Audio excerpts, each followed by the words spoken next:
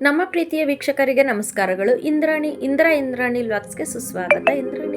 ಇಂದ್ರಾಣಿ ವ್ಲಾಗ್ಸಲ್ಲಿ ಇವತ್ತು ನಾನು ಸೊಪ್ಪು ತರಕಾರಿ ಪಲ್ಯ ಮತ್ತು ವೆಜಿಟೇಬಲ್ ಬ್ರೆಡ್ ಸ್ಯಾಂಡ್ವಿಚ್ ಮಾಡೋದನ್ನು ತೋರಿಸ್ತಿದ್ದೀನಿ. ಮೊದಲಿಗೆ ನಾವು ಪಲ್ಯ ಮಾಡೋದನ್ನು ನೋಡ್ಕೊಳ್ಳೋಣ ಬನ್ನಿ.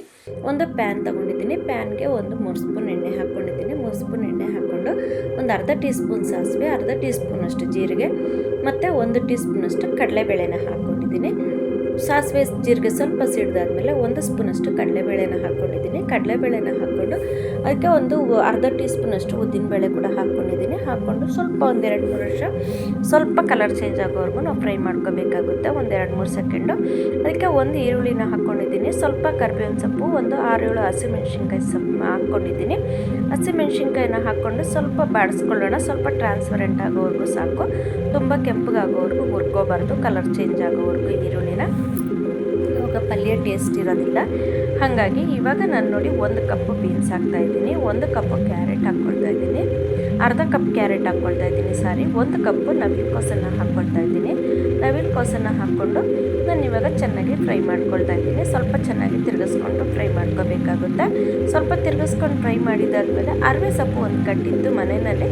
ಹಾಗಾಗಿ ನೋಡೋಣ ತರಕಾರಿ ಸೊಪ್ಪೆಲ್ಲ ಹಾಕಿ ಪಲ್ಯ ಮಾಡೋಣ ಅಂತೇಳಿ ಹಾಕ್ತಾಯಿದ್ದೀನಿ. ಸೊಪ್ಪು ತರಕಾರಿ ಎಲ್ಲ ಮಿಕ್ಸ್ ಆಗೋ ಥರ ಚೆನ್ನಾಗಿ ಮಿಕ್ಸ್ ಮಾಡ್ಕೋಬೇಕಾಗುತ್ತೆ. ಮಿಕ್ಸ್ ಮಾಡಿಕೊಂಡು ಇವಾಗ ಮಿಕ್ಸ್ ಮಾಡ್ಕೊಂಬಿಡೋಣ. ಚೆನ್ನಾಗಿ ಮಿಕ್ಸ್ ಮಾಡಿಕೊಂಡು ಒಂದು ಲಿಡ್ನ ಕ್ಲೋಸ್ ಮಾಡಿಬಿಡೋಣ. ಒಂದು 10 ನಿಮಿಷ ನಾವು ಲೋ ಫ್ಲೇಮಲ್ಲಿ ಇಟ್ಕೊಂಡು ಬೇಯಿಸಿದ್ರೆ ಸರಿ ಹೋಗುತ್ತೆ. ನಾವು ನೀರು ಹಾಕೋಂಗಿಲ್ಲ. ಇವಾಗ ನೋಡಿ ಅದು ಬೇಯೋಷ್ಟರಲ್ಲಿ ನಾನು ಒಂಚೂರು ಪಾತ್ರೆ ತೊಳ್ಕೊಂಬಿಡೋಣ ಅಂತೇಳಿ ಪಾತ್ರೆ ತೊಳ್ಕೊಳ್ತಾ ಇದ್ದೀನಿ. ನೋಡಿ, ನಮ್ಮ ವೀಡಿಯೋನ ಯಾರನ್ನ ಮೊದಲನೇ ಸರಿ ನೋಡ್ತಿದ್ರೆ ದಯವಿಟ್ಟು ಸಬ್ಸ್ಕ್ರೈಬ್ ಮಾಡಿ, ಬೆಲ್ ಬಟನ್ ಒತ್ತಿ.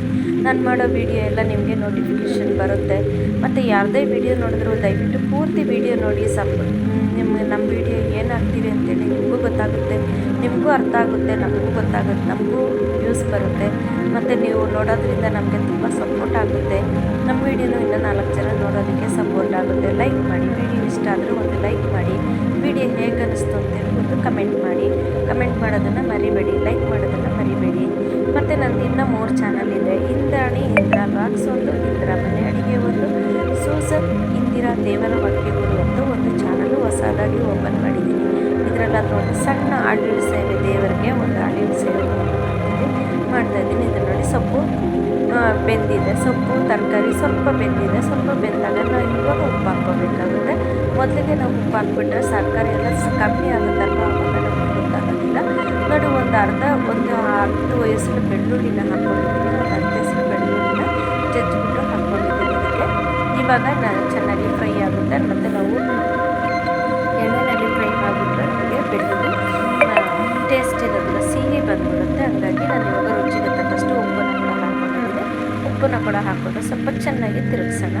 ಸ್ವಲ್ಪ ಚೆನ್ನಾಗಿ ತಿರುಗಿಸ್ಕೋಬೇಕಾಗುತ್ತೆ. ಲೋ ಫ್ಲೇಮಲ್ಲಿ ಇಟ್ಟರೆ ಸಾಕು. ನಮಗೆ ಹೈ ಫ್ಲೇಮ್ ಇಟ್ಬಿಟ್ರೆ ತರಕಾರಿಲಿರೋ ನೀರಿನ ಅಂಶ ಎಲ್ಲ ಹಿಂಗೋಗ್ಬಿಡುತ್ತೆ. ಹಾಗಾಗಿ ನಾವು ಇವಾಗ ಆ ತರಕಾರಿಲಿರೋ ನೀರಿನ ಅಂಶದಲ್ಲೇ ನಾವು ಬೇಯಿಸ್ಕೋಬೇಕಾಗುತ್ತೆ. ಸೊಪ್ಪು ತರಕಾರಿ ಎಲ್ಲದರ ಸೊಪ್ಪಲ್ಲಿ ಕೂಡ ನೀರು ಬಿಡುತ್ತಲ್ವ.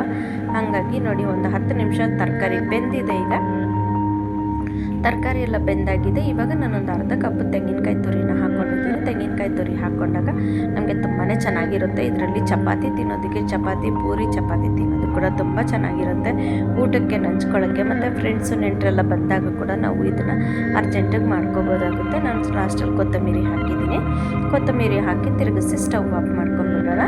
ಇವಾಗ ನೋಡಿ ಇದು ಸ್ಟವ್ ಆಫ್ ಮಾಡ್ಕೊಂಡಿದ್ದಾದ್ಮೇಲೆ ಇವಾಗ ಇದು ತರಕಾರಿ ಪಲ್ಯ ಆಗಿದೆ. ನಾನಿವಾಗ ಸಾಯಂಕಾಲಕ್ಕೆ ತರಕಾರಿ ಬ್ರೆಡ್ ಸ್ಯಾಂಡ್ವಿಚ್ ಮಾಡ್ತಾಯಿದ್ದೀನಿ. ತರಕಾರಿ ಬ್ರೆಡ್ ಸ್ಯಾಂಡ್ವಿಚ್ ಮಾಡೋದಕ್ಕೆ ನೋಡಿ ಒಂದು 3 ಈರುಳ್ಳಿನ ಸಣ್ಣದಾಗಿ ಹೆಚ್ಕೊಂಡಿದ್ದೀನಿ. ಸಣ್ಣದಾಗಿ ಹೆಚ್ಕೊಂಡು ಅದಕ್ಕೆ ಜೊತೆಗೆ ನಾನು ಒಂದು ಅರ್ಧ ಕ್ಯಾಪ್ಸಿಕಮ್ ಹಾಕಿದ್ದೀನಿ. ಒಂದು 10 ಹಸಿಮೆಣ್ಸಿನ್ಕಾಯಿ ಹಾಕಿದ್ದೀನಿ. ನಮ್ಮ ಮನೇಲಿ ಸ್ವಲ್ಪ ಜಾಸ್ತಿ ಜನ ಇದ್ದೀನಿ, ಹಾಗಾಗಿ 1 ಲೋಫ್ ಬ್ರೆಡ್ಗೆ ನಾನು ಮಾಡ್ತಾಯಿದ್ದೀನಿ. ನಾನು ಒಂದು 6 ಜನಕ್ಕೆ ಮಾಡ್ಕೊಳ್ತಾ ಇದ್ದೀನಿ. ಇದಕ್ಕೆ ನೋಡಿ ಒಂದು ಅರ್ಧ ಕಪ್ಪು ಎಲೆಕೋಸು ಹಾಕ್ಕೊಂಡಿದ್ದೀನಿ. 1-2 ಕ್ಯಾರೆಟನ್ನು ಚೆನ್ನಾಗಿ ತುರಿದು ಹಾಕ್ಕೊಂಡಿದ್ದೀನಿ.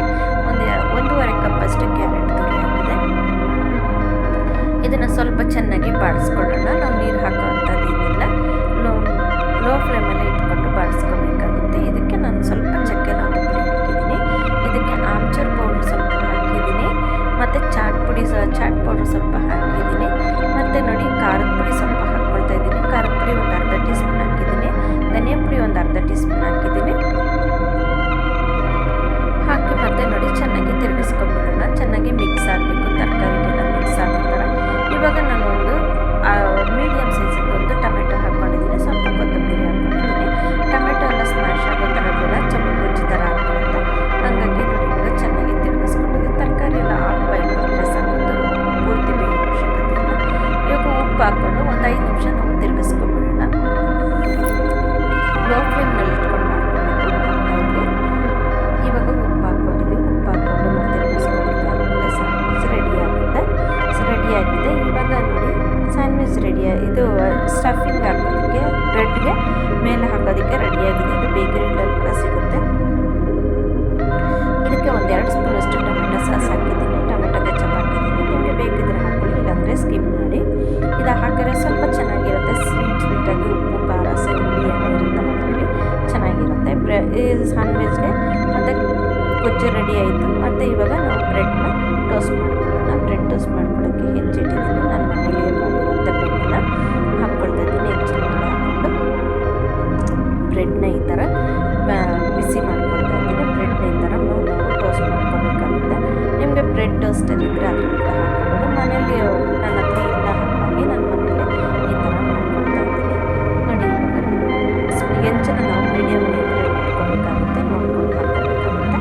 ಈ ಥರ ಎಲ್ಲ ಮಾಡಿಕೊಂಡು ಈ ಥರ ಬ್ರೆಡ್ನೆಲ್ಲ ಈ ಥರ ಮಾಡ್ಕೊಂಡು ಬ್ರೆಡ್ನೆಲ್ಲ ಈ ಥರ ಮಾಡ್ಕೊಂಡು ಆಮೇಲೆ ನಾವು ಮಾಡಿರೋಂಥ ತರಕಾರಿನ ಫ್ರೈ ಮಾಡಿಟ್ಟಿರೋಂಥ ತರಕಾರಿನ ಹಾಕ್ಕೋಬೇಕಾಗುತ್ತೆ.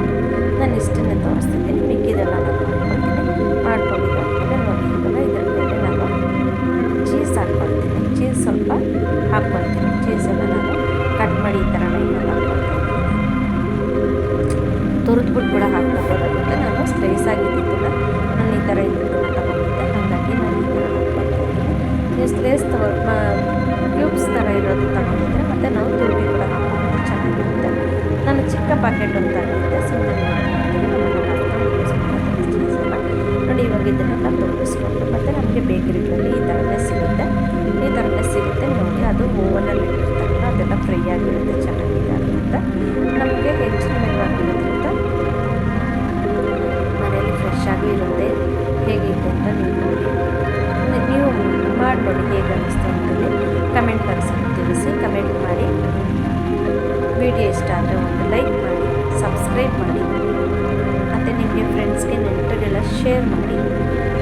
ನೋಡಿ ಈ ಥರ ರೆಡಿಯಾಗಿದೆ, ಸ್ಯಾಂಡ್ವಿಚ್ ರೆಡಿ ಆಯಿತು. ನೋಡಿ ಈ ಥರ 4 ಕಡೆಯೂ ಹಾಕ್ಕೊಂಡು ನಮಗೆ ಇದ್ರ ಮೇಲೆ ಒಂದು ಬ್ರೆಡ್ಡನ್ನು ಹಾಕ್ಕೊಂಡು ತಿನ್ಬೋದು, ಇಲ್ಲಾಂದರೆ ಈ ಥರನೂ ಕೂಡ ತಿನ್ಬೋದಾಗುತ್ತೆ. ನಾವು ಇದ್ರ ಮೇಲೆ ಒಂದು ಬ್ರೆಡ್ ಫ್ರೈ ಮಾಡಿರೋದು ಇದು ಬ್ರೆಡ್ಡನ್ನು ಹಾಕ್ಕೊಂಡು ತಿಂತೀನಿ.